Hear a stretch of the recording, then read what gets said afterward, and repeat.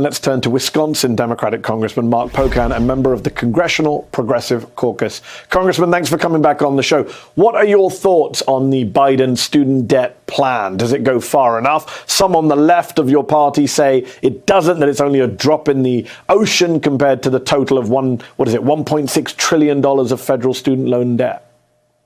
Well, thank you for having me on your show. I think it's a really great announcement and a great move to help both the economy and to help society.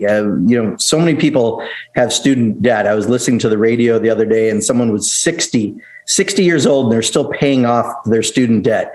That isn't good for that individual. That's not good for their family. And it's not ultimately good for the economy. So what the president did is relieve what he said he was going to do when he ran. Once again, kept to his word, $10,000 worth of debt, but also $20,000 for people who are Pell Grant recipients. I was a Pell Grant recipient. I grew up in a lower middle class family. So the families and the people who need it the most are going to get the most benefit. And I think this is a really strong move.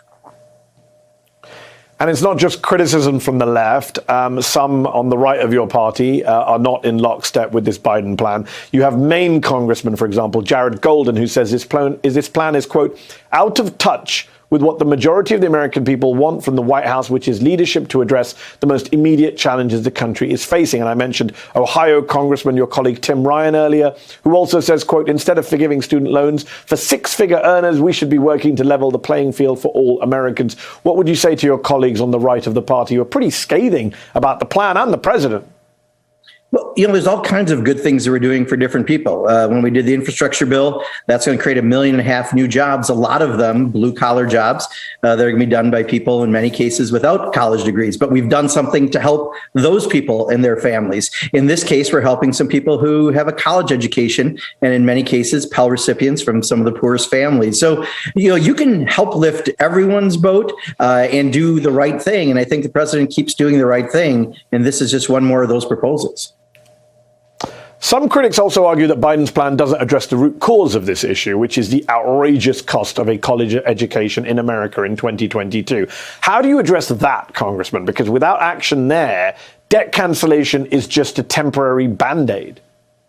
Well, and that's a very valid concern we all should have. We want to make sure that people aren't priced out of education. If you're smart enough and capable enough, you should be able to get that higher education. That's why I support things like Pell Grants and student loans, as well as grants. And, I think that is a very real issue that we are looking at in a number of ways in Congress. Some of those private colleges that folded and left students with a lot of debt, the president also fixed that situation. But those were some of the worst actors that are out there. Many of them don't exist anymore. So I think there is some forward movement on that, but I think we can continue to work on affordability while we're dealing with people who currently have debt and relieving some of that.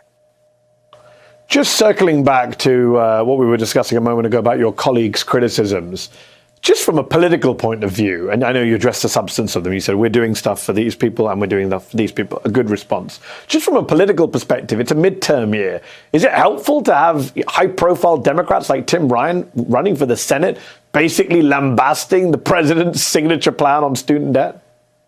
Yeah, I'm not going to comment directly on anyone's comments. I would tell you what I'm saying when I go around my district and as I go and help other people in other districts, which I am doing, that this is a great move. This benefits a lot of people. This is good for the economy. It's good for society. We want more people to be able to get higher education and get into jobs that can continue to pay well and pay taxes that supports the overall government. There's no reason to take one idea down when there's other good ideas. Instead, I think we can talk about all the good that's come out of this session and this administration, from the rescue plan to the infrastructure bill, to the CHIPS Act, to the Inflation Reduction Act, and now something like this. We've done a lot to help real people. Let's just celebrate all of those things. That's my attitude. It's a very diplomatic answer, Congressman. I want to turn to Tuesday's election results. We saw New York Democrat Pat Ryan defeating Republican Mark Molinaro in a House special election that was seen as a bellwether for November. Congressman-elect Pat Ryan spoke to my MSNBC colleague Alex Wagner on Wednesday night about his campaign. Have a listen. As a politician in a swing district who's trying to win a seat, hold on to a seat, how much are the words Donald Trump uttered? I mean, we are not afraid to call out Donald Trump as someone who I believe is essentially traitorous at this point. Threats to democracy are now top of mind above all these other issues for people. It's this cumulative effect of, okay, in 48 hours, you put more assault weapons on the street, you ripped away reproductive freedom and access to abortion, then you dismantle the EPA. We're hearing more about January 6th. We see what's continuing to happen with the president. It's just guardrails of democracy increasingly being hit, and that is a wake-up call for folks. Has your soon-to-be new colleague, Pat Ryan, found the key for Democratic Party messaging going into November, that Democrats can and should lean into all these issues and not follow the more cautious advice of those who say, stick to economic issues, quote unquote, kitchen table issues, as if kitchen table issues don't include abortion rights and democracy and standing up to GOP extremism? Well, and we just saw in some polling, the number one issue in a recent poll was around democracy as an issue, because people are concerned about their country, and that's going to affect their families. Look, I was yesterday in Wisconsin's 3rd congressional district. It's an open seat that Democrats have to hold. Ron Kine is retiring. A guy named Brad Pfaff is running as a Democrat. But we did an event. The Republican candidate in that district went to the insurrection using his campaign funds, and he got in a fight with a 17-year-old library intern over an LGBTQ book display, and then he proceeded to check out all the books but one because someone was reading it. I mean, there are some wackos running out there, and we need to be able to set the differences out there, that you can either have an extremist who thinks attending the insurrection is proper behavior for a member of Congress, or you elect someone like Brad Pfaff or the Brad Pfaffs across the country who are going to talk about these issues in a much stronger way. And I think Congressman-elect Ryan has got it exactly right, and I hope more people run like that.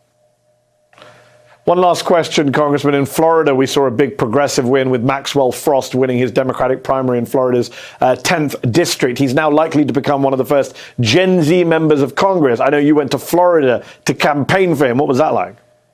Yeah, you know, he's a great candidate, and this is what we need if you're going to have diversity in Congress. Diversity is not 70-year-olds and 80-year-olds, right? We need to broaden it, and having our first Gen Z member, someone who's a really talented community organizer, had support within the community from labor across the spectrum to win a 10-way primary. This is the future of the Democratic Party. We need to have more candidates like this, and I'm glad that groups like the Progressive Caucus were strongly behind Maxwell. He's going to be an outstanding member of Congress.